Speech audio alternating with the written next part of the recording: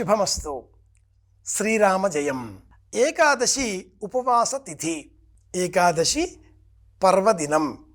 ఏకాదశికి హరివాసరం అన్న పేరు కూడా ఉంది. ఏకాదశి వ్రతాన్ని ఎలా చెయ్యాలి, ఈ వ్రతాన్ని పాటించడంలో అనుసరించవలసిన విధులు విధానాలు ఏమైనా ఉన్నాయా? ఏకాదశిలలో ఆమలకి ఏకాదశి మరింత ప్రత్యేకం.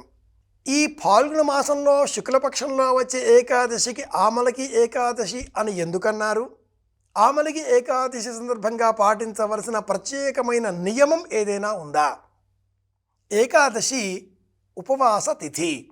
దశమి నాడు రాత్రి ఉపవాసం చేసి, ఏకాదశి రోజు ఉదయం సాయంత్రం కూడా ఉపవాసం చేసి, ద్వాదశి ఉదయం భోజనం చేసి మళ్ళీ ద్వాదశి రాత్రి ఉపవాస వ్రతాన్ని కొనసాగించడమే పూర్ణ ఏకాదశి వ్రతం అంటుంది శాస్త్రం. ఏకాదశి రాత్రి, ఏకాదశి పగలు, దశమి రాత్రి, ద్వాదశి రాత్రి, ఇలా 4 వేళలలో ఉపవాస వ్రతం చేయడం 3 రోజుల కాలంలో ఈ నియమం. ఈ ఆమలకి ఏకాదశి నాడు ఉసిరికాయను దంచి ఆ ఉసిరికతో వచ్చే ఆ రసం శరీరమంతా కూడా అలదుకొని స్నానం చేయాలి. ఉసిరికని నీటిలో వేసి ఆ నీటిని సేవించాలి. ఉసిరికాయలను దానం ఇవ్వాలి.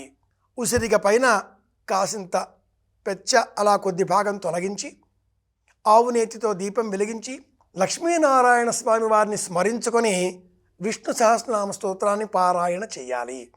ఈ ప్రపంచమంతా కూడా ఉసిరిక రూపంలో ఉన్నది అంటూ మనకు శ్రమశాస్త్రం వివరిస్తుంది.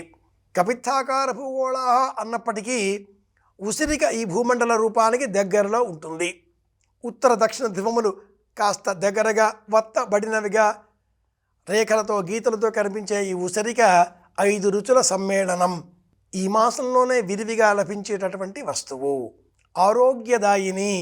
కాబట్టి అపురూపమైన ఈ సందర్భాన్ని పురస్కరించుకొని యథాశక్తి ఉసిరికాయలను బ్రాహ్మణులకు దానంగా ఇవ్వాలి. ఒక పళ్ళెంలో ఉసిరికాయలు, తమలపాకులు, అరటిపళ్ళు, వక్క, యథాశక్తి దక్షిణ, ఒక్క పువ్వు, చామంతి, మల్లె పుష్పంతో పూజించాలి.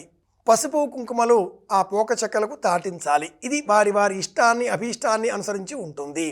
ఈ పళ్ళెమును బ్రాహ్మణోత్తములకు గోత్ర పురవలతో అందించి నమస్కారం చేయడమే ఉసిరిక దానం. ఆమలకి ఏకాదశి నాడు ఉసిరిక దానాన్ని ఈ విధంగా నిర్వహిస్తే దైవానుగ్రహం చేకూరుతుంది. దానం చేద్దాం, అందరి క్షేమాన్ని కోరుదాం.